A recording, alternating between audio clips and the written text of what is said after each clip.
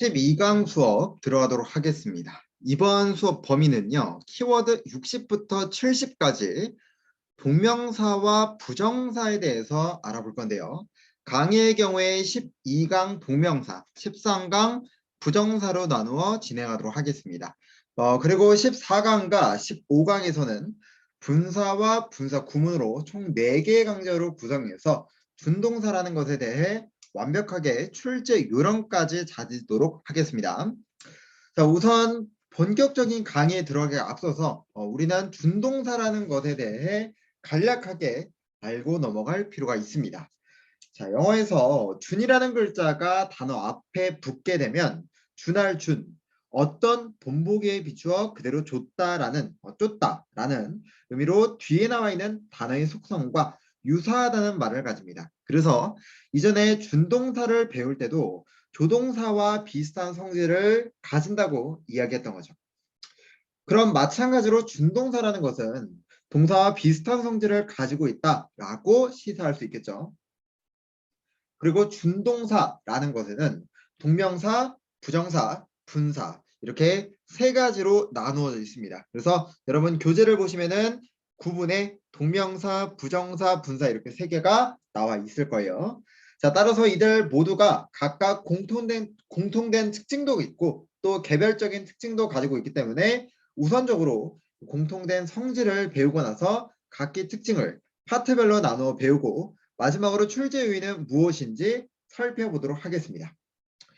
자, 우선 동사와 성질이 유사한 부분은 대표적으로 6개가 있습니다. 그래서 미리 제가 동사와 유사한 성질을 가지고 있는 준동사의 공통된 특징이라고 미리 6가지를 적어 두었는데요. 자, 하나씩 이야기하면서 필기도 하면서 보도록 하겠습니다. 자, 그 첫 번째와 두 번째는 동사의 경우 타동사라고 기준점을 둘 때 행위의 주체와 대상에 해당이 되는 각각 주어와 목적어가 존재하죠. 자, 마찬가지로 준동사라는 것은 동사의 성질과 유사하다는 것을 고려해 보면 주어와 목적어에 해당이 되는 의미상 주어 그리고 의미상 목적어가 존재합니다. 자, 그렇기 때문에 우리가 여기 필기를 해둘 것은 의미상 주어, 그 다음 두 번째 의미상 목적어가 있구나라고 볼 수 있겠죠. 의미상 목적어라는 것은 타동사인 경우라고 볼 수 있겠습니다. 우리가 자동사 같은 경우는 목적어를 받지 않잖아요. 그렇죠? 자, 세 번째와 네 번째도 같이 한번 보도록 할 건데 우리가 동사 같은 경우는 시제와 태가 존재합니다. 그리고 우리는 시제를 표현할 때 본래 과거와 현재가 있다고 배웠습니다. 그죠? 이외 나머지 시제는 조동사가 동사를 보조해 준다고 배웠어요. 그래서 우리가 다양한 시제를 표현할 수 있었던 거죠. 자, 그래서 여기서 한 가지 주의해야 될 점은 조동사는 동사 자체를 보조할 뿐이지 동사와 유사하다고 해서 준동사까지 보조할 수는 없습니다. 자, 그렇기 때문에 다시 한번 준동사가 동사와 같이 시제를 표현하더라도 조동사에 관한 수식은 받을 수 없겠죠. 그렇기 때문에 본래 시제에 해당이 되는 과거와 현재만을 표기할 수 있는 게 기준이 되는 거예요. 그리고 태는 능동태와 수동태가 있기 때문에 이는 모두 표현할 수 있게 됩니다. 따라서 준동사는 시제에서 현재와 과거, 태 같은 경우는 능동과 수동을 표현할 수 있습니다. 그러면 우리가 세 번째 같은 경우 시제, 과거, 현재를 표현할 수 있다. 과거, 현재 이렇게만 쓸게요. 그 다음 태, 당연히 능동과 수동을 표현할 수 있다. 다만 여기 세 번째 있는 시제 부분에서 제가 과거와 현재라고 말씀을 드렸지만 우리가 동명사 그리고 부정사, 분사에 대해 시제를 배울 때는 여기에 대해서 이 말이 도대체 무슨 말인지 배울 거니까 이 시제적인 개념은 이후에 한 번 더 다루어 보도록 할게요. 자, 그 다음 다섯 번째, 우리 동사 같은 경우는 부사로부터 수식을 받게 됩니다. 자, 그렇기 때문에 준동사가 다른 품사로부터 수식을 받아야 된다면 마찬가지로 부사로 수식을 받을 수 있습니다. 그래서 예를 들어서 우리가 동명사 같은 경우에 동사적인 성질을 가지는 명사 이렇게 부르는데 품사 자체만 보면은 명사라고 생각이 될 수가 있어요. 그러다 보니까 형용사로부터 수식을 받을 수 있지 않을까? 이런 생각을 충분히 할 수 있습니다. 그런데 어쨌든 간에 이 동명사는 기본적으로 동사와 유사한 성질을 가지고 있기 때문에 우리가 수식을 받으려면 형용사가 아니라 부사로부터 수식을 받아야 돼요. 자, 그렇기 때문에 다시 한번 우리가 동명사뿐만이 아니라 준동사라고 한다면은 동사적인 성질과 유사한 부분에서 수식을 받고자 한다면은 부사로부터 수식을 받을 수 있다. 절대 누구로부터 수식을 받을 수 없다. 형용사로부터 수식을 받을 수 없다. 이렇게 정리할 수 있겠죠. 자, 그다음 6번째인데요. 자, 6번째 같은 경우는 이제 부정어를 어디에 쓸 것인가 라는 겁니다. 자, 동사를 기준으로 우리가 부정어를 어디에 씁니까? 라고 한다면 여러분 어떻게 대답하시겠습니까? 자, 여기에는 일반 동사가 단독으로 있는 경우의 수가 있고 그 다음 이외에 조동사 플러스 동사 원형 그리고 비동사가 있을 때 부정어의 위치가 달라집니다. 다시 한번 우리가 부정어라는 거는 그냥 동사가 있다고 해서 아무 경우의 수에서 막 쓰는 게 아니라 어느 위치에 들어갈지가 사실 정해져 있어요. 자, 이 개념 같은 경우는 제가 일반적인 경우를 미리 먼저 써드릴게요. 일반적인 경우. 자, 일반적인 동사 같은 경우 일반 동사에선 뒤에 위치하고 자, 그 다음 비동사라든지 또는 조동사가 있을 땐 바로 뒤에 부정어를 쓴다. 이렇게 보시면 되겠습니다. 일반적인 동사 같은 경우에는요. 부정어가 일반 동사 뒤라든지 아니면 비동사나 조동사 같은 경우는 바로 뒤에 쓰도록 되어 있습니다. 자, 여기까지는 정리가 되시겠죠? 자, 여기서 우리가 조금 쉽게 알기 위해서는요. 우리 옛날에 여러분이 아마 이제 곧 편입을 준비하는 친구들이 04년생도 있을 것 같은데 04년도에 과거 가수 중에서 뭐 조피디, 뭐 지금 이제 좀 법적인 문제로 연루돼 있는 조피디와 뭐 인순이 뭐 이런 이제 가수들이 있었어요. 근데 이 조피디라는 거를 따올게요. 모르는 학생들이 많을 것 같은데 조피디를 영어로 옮겨서 조비디 일반 동사 앞, 조비디 일반 동사 앞 이렇게 암기하도록 할게요. 다시 한번 어떻게 암기한다고요? 조비디 일반 동사 앞에 조피디가 아니라 조비디 일반 동사 이렇게 외웁시다. 아시겠죠? 자, 그리고 이것이 준동사 같은 경우에는 쓰는 일반 동사 앞이라는 기준으로 준동사도 준동사 앞에 부정어를 자리 잡게 됩니다. 자, 그렇기 때문에 여러분들이 한 가지 오인하면 안 되는 게 준동사의 경우 부정어를 쓸 때 모두 공통적으로 모두라는 거는 제외할게요. 어차피 공통이라는 말과 중복되니까 준동사 같은 경우 부정어를 쓸 때 공통적으로 준동사 앞에 부정어를 표기한다. 이렇게 정리하면 되겠습니다. 자, 이렇게 해서 각각 동명사, 이제 부정사, 분사가 어떤 특징들을 개별적으로 또 나누어지고 있는지 보도록 하면 될 것 같아요. 그래서 1번부터 6번까지가 우리가 준동사라고 한다면은 흔히 말하는 공통된 특징이 되겠다. 그러면 이제 세부적으로 볼 경우에는 약간의 차이점들이 이제 다 존재할 수밖에 없겠죠. 그렇죠? 자, 그러면 우리 교재 77페이지 키워드 60 동명사부터 보도록 할게요. 자, 동명사 같은 경우는 우리가 동사적인 성질을 가지고 있는 명사를 뜻합니다. 다시 말하면 문장에서의 역할은 명사가 됩니다. 그래서 문장의 주어라든지 뭐 타동사의 목적어, 또 전치사의 목적어, 또 보충해주기 위한 언어 보어 같은 경우에도 자리 잡을 수가 있어요. 이뿐만이 아니라 성질은 동사와 유사하기 때문에 동명사에도 당연히 부정어를 쓸 수가 있죠. 그런데 우리가 방금 전에 다뤘던 것처럼 동명사라고 해서가 아니라 준동사라고 한다면은 단연코 부정어를 쓸 때는 바로 앞에 쓰기로 했습니다. 그래서 소주제 3에 보면은 부정어를 의미할 때는 동명사 앞에 not을 붙여 not ing 이렇게 쓰도록 규정한다 라고 돼 있죠. 자, 그러면 우리가 어떻게 쓰이는지 한번 예문을 보도록 할게요. 자, 1번을 보면 smoking is very bad for your health. 자, 지금 smoking이라는 부분이 동명사가 주어로 쓰인 거. 그죠? is가 동사죠. I enjoy going to parties 라고 했을 때 enjoy 다음에 목적어로서 going이 맞아. 지금은 목적어로서 역할을 쓰고 있고요. 그 다음 my hobby is reading a book 이라고 했을 때 나의 취미는 책을 읽는 것이다. 여러분이 아마 나는 책을 읽는 중이다 이렇게 볼 때는 분사로 볼 수도 있지만 지금 같은 경우에는 책을 읽는 것이다 라고 할 때는 동명사로 볼 수도 있겠습니다. 지금은 뭐 보어로 쓰였구나 정도로 볼 수 있겠고, 자 소주제 두 번째를 보시면 looking forward to meeting him 아니면 very proud of being 이라고 나와 있는 걸 보면 각각 전치사 to와 of의 목적어로 쓰인 걸 볼 수가 있어요. 그래서 전치사의 목적어로도 쓸 수 있구나.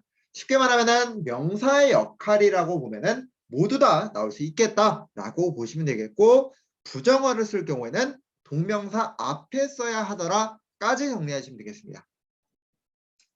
뭐 여기까지는 여러분들이 크게 어려워하는 부분은 없을 거라고 봅니다. 뭐 시험적인 논점도 특별하진 않고요.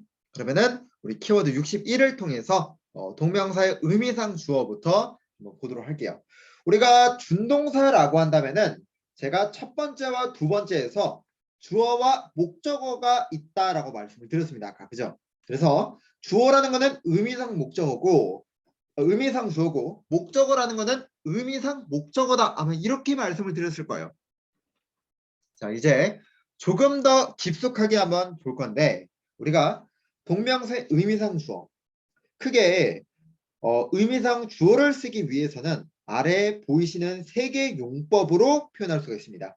그냥 표현하는 게 아니라는 거예요. 자, 우선 그 첫 번째에선 의미상 주어를 굳이 쓸 필요가 없는 경우의 수를 설명하는데, 자, 동명사의 주체가 주절의 주어와 일치할 경우에는 의미상 주어를 별도로 쓰지 않습니다.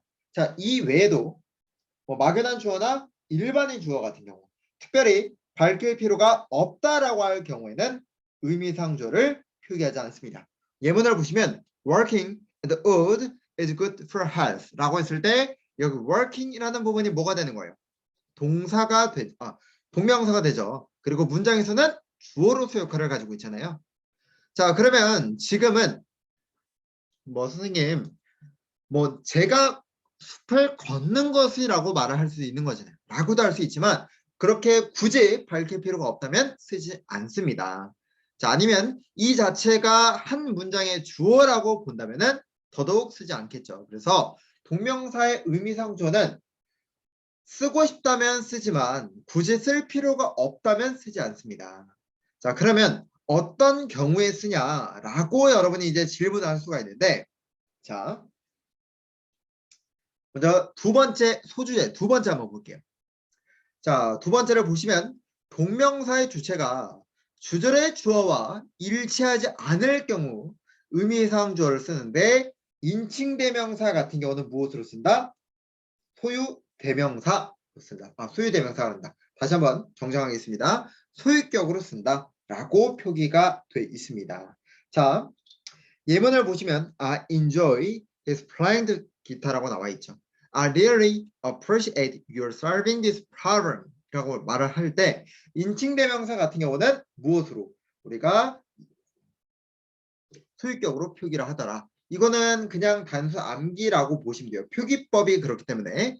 자, 이제 세 번째를 보시면은 우리가 동명사의 의미상 주어를 쓸 때 항상 인칭대명사 쓰는 건 아니잖아요. 왜냐면 인칭 대명사라고 쓸 수도 있지만 그 사람의 직접적 이름을 쓸 수도 있고 또는 무생물 또는 추상명사가 될 수도 있거든요. 자, 그렇기 때문에 만약에 주절의 주어와 일치하지 않을 때 소주제의 두 번째처럼 인칭대명사가 만약에 아니라면 그냥 일반적인 명사를 그대로 씁니다. 왜냐하면 아무래도 소유격이라는 표현 자체가 없잖아요. 그죠? 그렇기 때문에 일반 명사 같은 경우는 그대로 표기를 하더라. 그래서 지금 예문에 보시면 첫 번째 I forgot someone calling me this morning 이라고 나와 있는 거예요. 자, 여기서 주절의 주어와 일치하지 않을 경우라는 말은 자, 예를 들면 I forgot someone calling 이라고 했을 때 지금 문장의 주체는 주어가 I입니다. 하지만 내가 부른 게 아니라 누군가가 나를 불렀던 거예요. 그죠? 내가 나를 부를 수 없잖아. 누군가가 나를 불렀기 때문에 그럴 때 동명사 의미상조를 쓰더라. 근데 인칭대명사 같은 경우는 소유격으로 쓰겠지만 그렇지 않은 경우에는 그대로 쓴다. 이렇게 보시면 되겠죠. 무생물이나 추상명사도 마찬가지예요. 자, 다만 지금 이제 여기 한번 보시면 아포스트로피가 쓰여 있는 걸 볼 수가 있는데 사람인 경우에 아포스트로피를 소유격으로 나타낸다라고 되어 있죠. 이거는 그냥 표기법이 그렇다라는 거니까 참고 정도만 해주시면 될 것 같고 사람 이름인 경우에 쓴다라고 말씀을 드렸어요. 그죠? 이름만 쓰거나 아포스트로피를 소유격으로 나타낸다라고 했는데 만약에 무생물이라면 아포스트로피를 붙일 수 있다 없다? 없다라고 보시면 되겠습니다. 요거는 제가 형광펜을 치는 게 아니라 그렇구나. 이런 경우도 있구나. 라고 참고 정도만 해두라는 부분이에요. 자, 세 번째. 이제 아무래도 보시면은 동명사가 수동태가 될 때가 나와 있습니다. 수동태가 될 때. 자, 지금 보시면 인칭대명사에서 소유격을 쓰라고 했었는데 지금은 목적격으로 쓰인 걸 볼 수 있어요. 자, 우리가 본래 목적격으로 쓰지 않고 소유격으로 쓰는 거는요. 아무래도 목적격으로 쓰고 ing를 써버리면은 마치 분사가 수치수식하는 것처럼 보이기 때문에 그를 피하기 위해서 소유격을 쓰는 게 되는 거예요. 자, 그럼에도 불구하고 동명사가 만약 수동태로 쓰인다면 그때 인칭대명사는 목적격으로 쓰더라도 우리가 빙 pp에서 빙이 생략되는 건 아니거든요. 다시 한번 동명사의 수동태가 빙 pp인데 이때 빙이 생략되는 건 아니에요. 그렇기 때문에 굳이 목적격을 쓰더라도 이게 분사와 헷갈리진 않기 때문에 만약 동명사의 수동이라고 볼 경우에는 분사라는 분사와 혼란을 겪지 않기 때문에 그냥 목적격으로 쓰게 됩니다. 그래서 수동태 동명사의 의미상 주어라면 목적격으로 쓰게 되겠구나 라고 보시면 되고 일반적인 동명사 같은 경우에만 인칭대명사는 소유격으로 쓰고 나머지는 있는 그대로 쓰더라 라고 정리하시면 되겠습니다.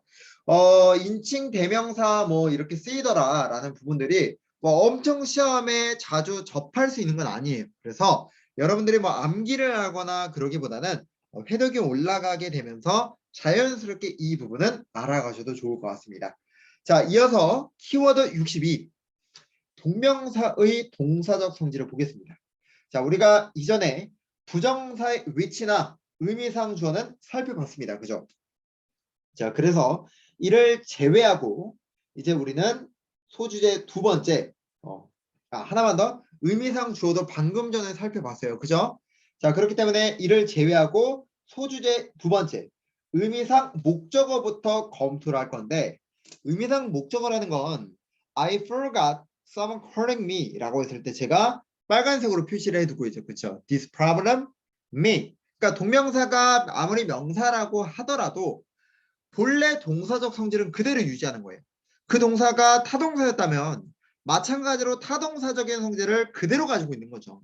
그렇기 때문에 만약 동사 자체가 타동사의 성질을 가지고 있다면 당연히 뒤에 목적어 올 것이다. 그거를 우리는 뭐라 부른다? 의미상 목적어라고 부르더라 라고 정리하면 될 것 같습니다. 자, 세 번째 같은 경우는 우리가 동명사가 비록 동사적인 성질을 가진 명사라고 해서 우리가 흔히 형용사의 수식을 받는다 이렇게 볼 수는 없어요. 지금도 보시면 properly treating employees complaining at work frequently. 지금 properly라든지 frequent라고 쓰이지 않았어요. 그죠? 그런 이유가 뭐예요? 동사적 성질 자체가 바뀌지 않기 때문에 아무래도 그 성질을 그대로 가지고 오는 거예요. 따라서 형용사의 수식을 받지 못하고 부사로부터 수식을 받더라 라는 거 참고하시면 되겠습니다. 네, 이런 거는 정말 틀리면 아까운 부분이에요. 그래서 이런 건 시험적 논점입니다 라고 말씀드리기도 조금 그렇긴 하지만 기본적인 부분이니까 회독을 좀 이제 하면서 알아두시면 좋을 것 같습니다. 자, 그러면 이제 네 번째와 다섯 번째, 우리가 시제와 태에 대해서 본격적으로 한번 보도록 하겠습니다. 자, 일단 네 번째. 우리 지금 단순 동명사와 그리고 완료 동명사가 나와 있습니다. 자, 제가 아까 뭐 현재가 ing, 과거는 having pp라고 했는데, 자, 그 말이 무슨 말이냐면, ing 그 자체를 쓸 경우에는 주절의 시제와 일치한다라는 의미가 됩니다. 그리고 having pp를 쓰게 된다면은 주절보다는 한 시점 앞선 시제가 된다. 이렇게 볼 수 있어요.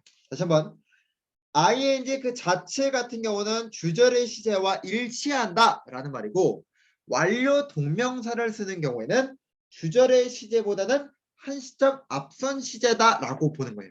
자, 우리가 주절의 시제보다 한 시점 앞서다라는 말은 만약에 주절의 시제가 현재라면 그다음 앞서면 과거가 되는 거고요.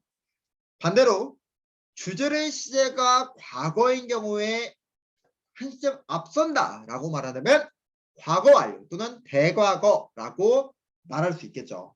자, 여기까지 됐습니까? 자, 그래서 한번 예문을 한번 보겠습니다. 예문을. 자, 지금 단순 동명사 I am sure of his being honest.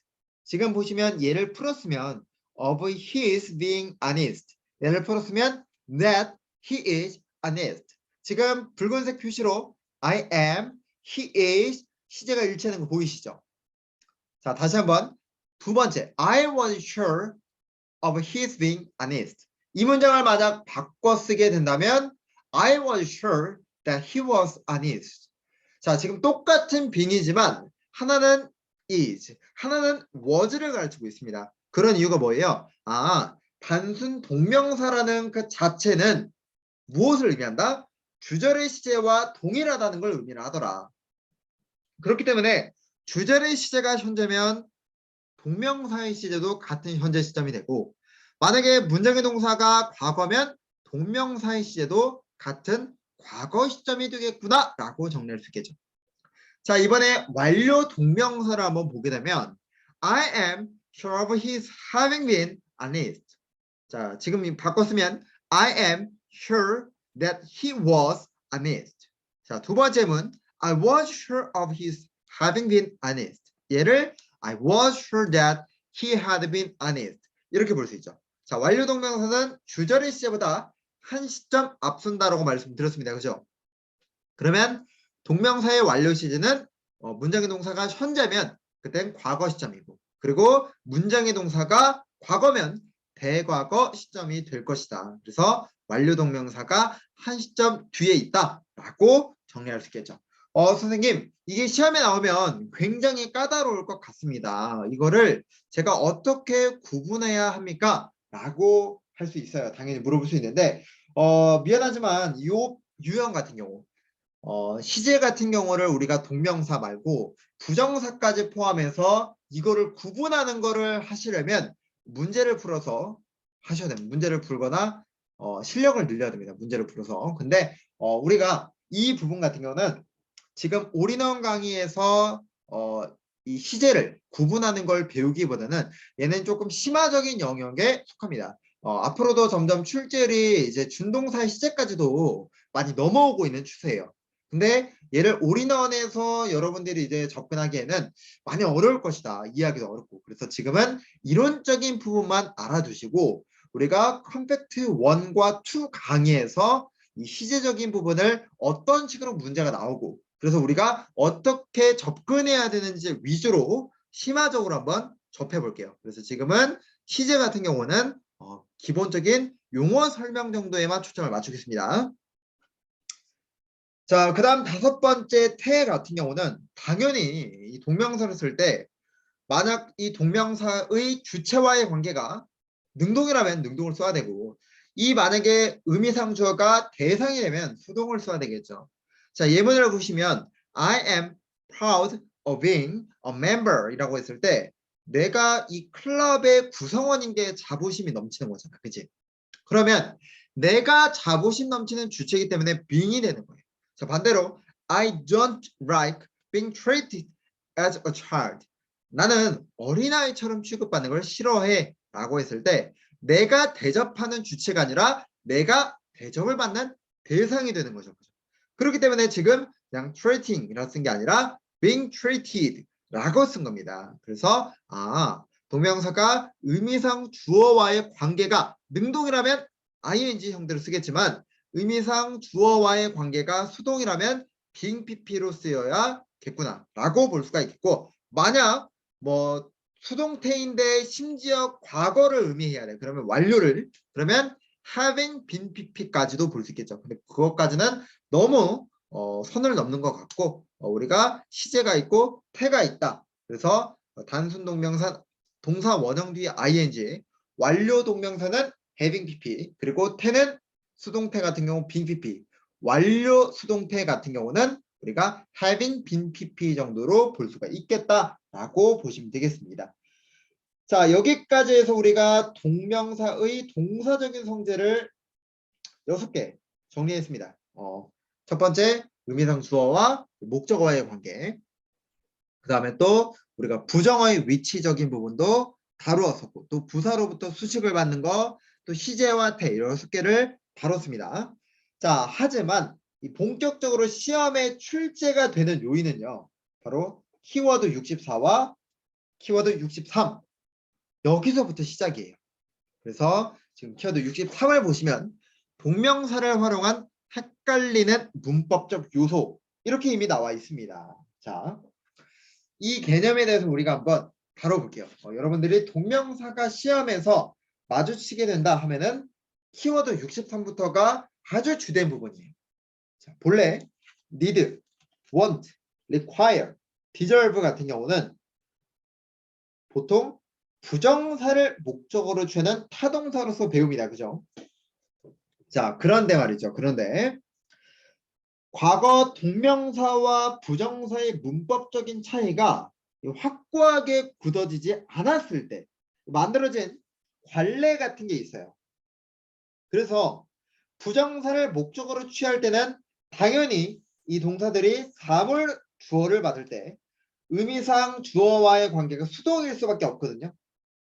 다시 한번 이 동사들 need와 want와 require, deserve 같은 경우는 사물 주어를 둘 때 당연히 부정사를 받아요. 받는데 사물 주어를 받으면 무조건적으로 to BPP가 옵니다. 그럴 수밖에 없어요. 예문을 일단 볼게요. 지금 this house needs painting 얘가 아니라 바로 아래 this house needs to be painted. 자, 보시면 to be painted.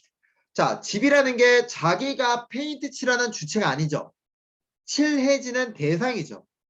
그러니까 to be painted라고 쓰는 게 맞죠. 자, 두 번째도 your room required to be cleaned. 방이라는 거는 자기가 청소하는 주체가 아니라 청소하게 되는 대상이죠. 세 번째 예문도 the batteries in the car want to be changed. 자, 차량 안에 있는 이 배터리도 자기가 바꾸는 주체가 아니라 바꿀게 될 수밖에 없는 대상이 되는 거잖아요. 그렇기 때문에 이 두 관계는 need, want, require, deserve가 사물주어를 받으면 반드시 to BPP만 올 수가 있어요. to BPP만. to BPP만. 이거 발음이 너무 헷갈리네요. 어쨌든 to BPP만 올 수가 있는데 자, 여기서 여러분들이 하나 알아둘 필요가 있는 게 이게 관례라고 말씀드렸습니다. 그래서 동명사 같은 경우는 당연히 수동이 그럼 온다 하더라도 와야 되는 거 아닌가요? 라고 할 수 있다 하더라도 관례적으로 동명사는 능동태로 쓰였고 그리고 그것이 지금까지도 굳어졌습니다. 그래서 만약에 사물조를 쓸 때 예를 들어서 뒤에 ing를 쓸 수 있나요? 라고 한다면 쓸 수가 있습니다. 쓸 수가 있지만 어떻게 써야 된다? 반드시 능동형 ing만 써야 된다. 됐습니까? 절대 뭘 쓸 수 없다? 수동을 쓸 수가 없다. 자, 그래서 여기서 우리가 짚어봐야 되는 논점이 무엇이다? 자,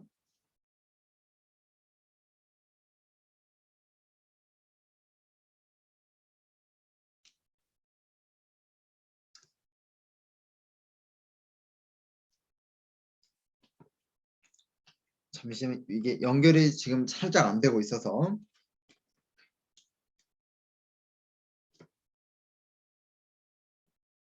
네, 다시 본론으로 돌아와서 우리가 동명사 중에서 사물주어가 올 때는 절대로 이 자리에 뭘 쓸 수 없다? 빙 PP와 같은 수동은 나올 수 없다. 동명사가 쓰는 것도 사실 이상합니다. 이상한데 관용적인 부분이기 때문에 빙 PP와 같은 수동태는 나올 수 없다. 반대로 여러분 부정사 같은 경우에 to BPP가 나와야지 원형 부정사가 나오면 안 됩니다. 그리고 어떤 경우에 반드시 사물주어인 경우에 한해서 쓰이는 거예요. 그래서 여러분들이 헷갈리지 않게 사물주어인 경우에 한해서만 쓰이는 거니까 참고해 주시면 되겠습니다. 자, 그 다음 두 번째로 여러분들의 출제율이 가장 높은 부분은 바로 worth와 worthy를 비교하는 겁니다. 자, 이를 구분하기 위해서 우선 우리가 전치사적 형용사라는 용어부터 잠깐 정리만 하고 들어가도록 할게요. 전치사적 형용사.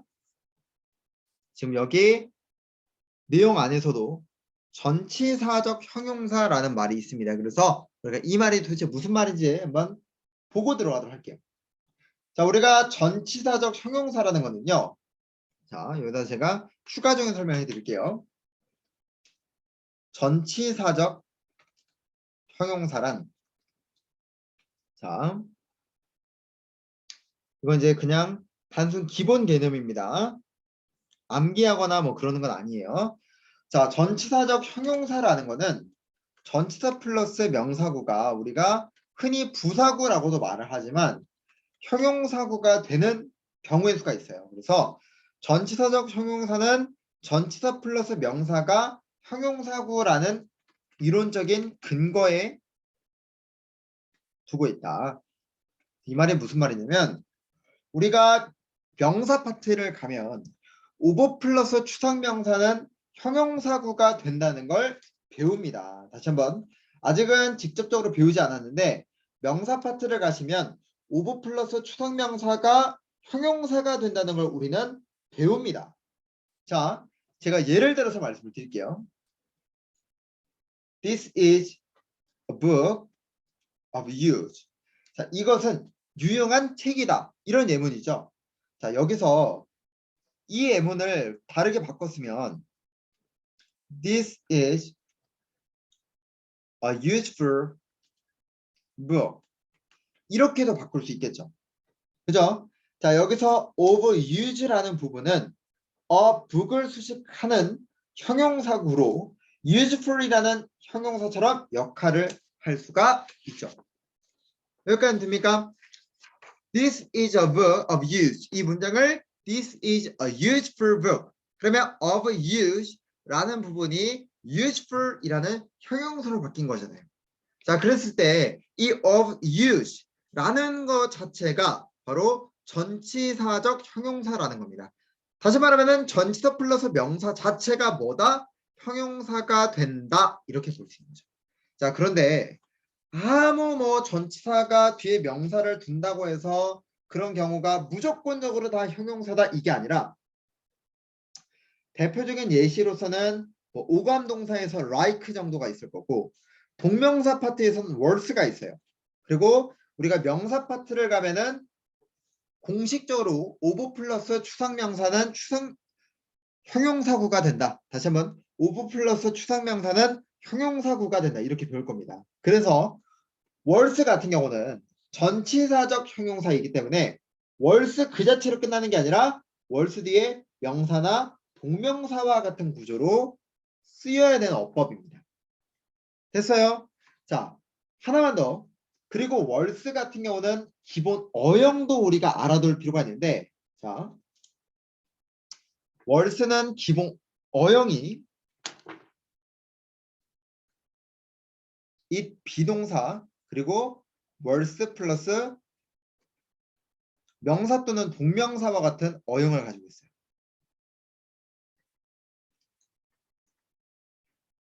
이 어형 자체는 여러분들이 암기를 해 두셔야 됩니다. 왜냐면은 이거 자체가 이 동사가 쓰이는 어법이에요. 어법. 이렇게 써야 되는 게 규칙이에요. 자, 그러면 it 비동사 was ing나 아니면 명사. 여기서 시험에 나올 논점은 ing가 쓰일 때 시험에 논점에 나옵니다. 자, 그때 어떻게 나오는지 한번 보겠습니다. 자, 예문을 한번 볼게요. It is worth reading this book. It is worth reading this book 이라고 나와 있는데, 자, 우선 첫 번째.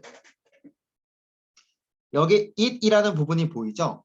자, 여기서 it은 품사가 당연히 명사고 주어로 쓰이지만 이 주어의 이름을 혹시 뭐라고 부르는지 혹시 알까요? 여기 있는 it 같은 경우는 우리가 이름을 뭐라고 지을까요? 비인칭 주어 정도라고 봅니다. 자, 제가 비인칭이라는 주어보다는 비인칭이라는 말을 쓸게요. 비인칭은 어떤 말을 쓰냐면은 형식적으로 문법상 필요로 할 때 쓰이는 것으로 해석 자체는 하지 않는다. 그러니까 얘는 형식적인 거예요. 됐습니까? 형식적인 거예요. 그래서 이 비인칭이라는 자리에 만약 문장에 누군가가 대신 나올 수 있다면 그 자리를 대체할 수가 있습니다. 자, 그러면 그 자리를 누가 대체하느냐? 이 문장에서 대체할 수 있는 애는 this book 밖에 없어요. 그래서 이 동명사의 목적어를 문두로 뺍니다. 그럼 문장이 어떻게 바뀌어요? This book is worth reading 라는 문장이 되겠죠. 자, 그러면 여기 지금 우리가 만든 This book is worth reading 이라는 문장에서 reading의 목적어가 완전한가요? 불완전한가요? 지금 불완전할 수밖에 없겠죠. 자, 여기서 한번 우리가 또 정리를 해본다면, 자, 여기 옆에다 줄게요.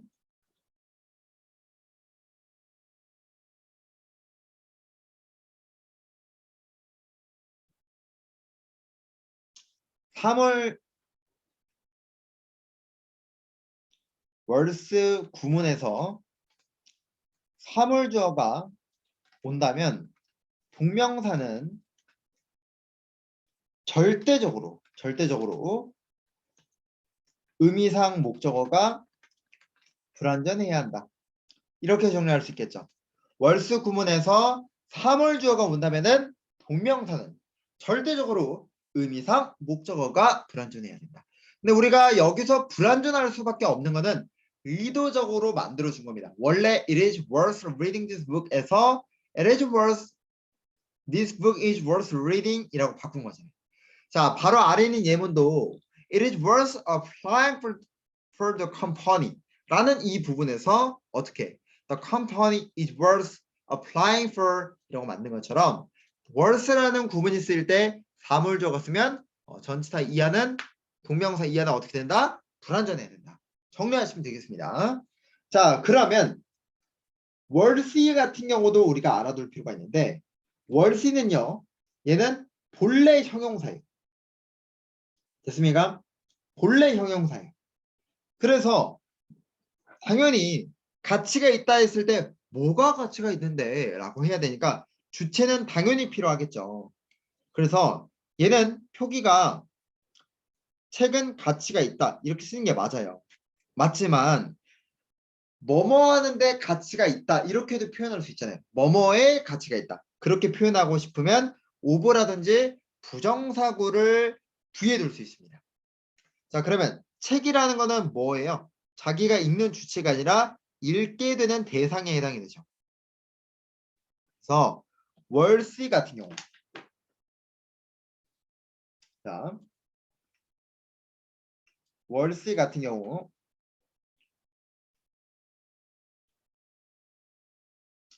수식어구를 쓸 때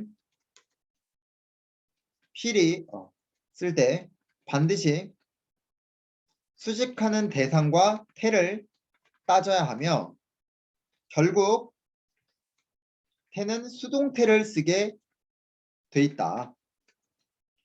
됐습니까? 어쩔 수 없습니다. 사람을 가치를 매길 수 없기 때문에 worthy 같은 경우는 결국에는 어떻게 된다?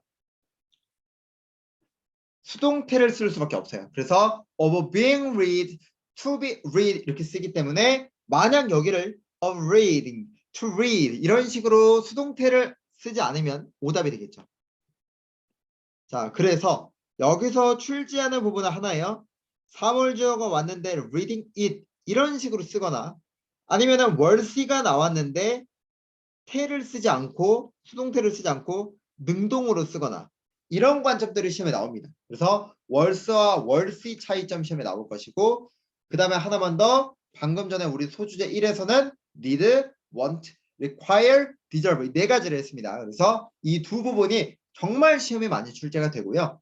마지막 하나 더 출제가 된다면 동명사의 관용 표현이 아무래도 시험에 출제가 되는 영역에 해당이 됩니다. 그런데 이 부분은 별도의 설명이 요구되진 않아요. 단순 암기형에 해당이 되기 때문에 제가 지금 수업에서 표기하고 있는 부분만 우선적으로 암기를 하고 이후에 여러분이 회독을 늘리면서 추가적으로 암기량을 차근차근 늘려가시면 되겠습니다. 우선 제가 여러분에게 반드시 외우세요 라고 할 수 있는 부분은 한 이 정도만 일단 아시면 될 것 같습니다. 거의 시험이 여기서 집중되기 때문에 여러분들이 올인원 강의에서는 이 정도만 알면 되지 않을까. 됐습니까? 박스를 표시해 두시면 되겠습니다. 잠깐 화면 정지하고. 자, 그 다음 부정사가 아닌 전치사를 쓴다. 이런 말도 있어요. 다시 말하면 우리가 전치사 투는 뒤에 명사나 동명사를 쓰잖아요. 그래서 부정사가 아니라 전치사 투를 쓴다. 반대로 부정사를 쓰면 오답이 되겠죠. 그래서 여기서는 여러분들이 be used to ing가 나오는 건 이미 배웠습니다. 그죠? 사실 object도 배우긴 했는데 자 여기서 여러분에게 한번 질문해 볼게요. be used to ing 어디에 익숙하다라고 할 때 여기에 주체는 누가 되어야 하죠? be used to ing라고 했을 때 주체는 누가 되어야 하죠? 그쵸? 사람이 되어야 하죠. 사람이. 사물이 될 경우에 be used 부정사가 되고 사물일 경우에 사람일 경우에 be used ing가 되고 사물일 경우에 be used 부정사가 된다. 이렇게 우리는 배웠습니다. 그죠? 자, 그래서 추가적으로 같은 동의어로 be accustomed to, be wont to 이렇게 알아두는 것도 좋을 것 같습니다. 자, 그래서 여러분들이 아래에 있는 부분에서는 여기까지 commit oneself to ing까지.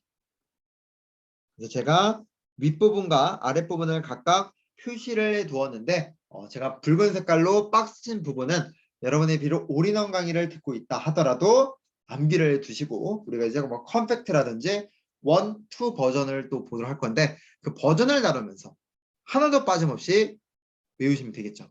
자, 그러면 여기까지 해서 우리가 12번째 수업은 마무리 짓도록 하고 다음 시간 부정사로 만나 뵙도록 하겠습니다. 해당 수업에 대해서 모두 수고 많으셨습니다.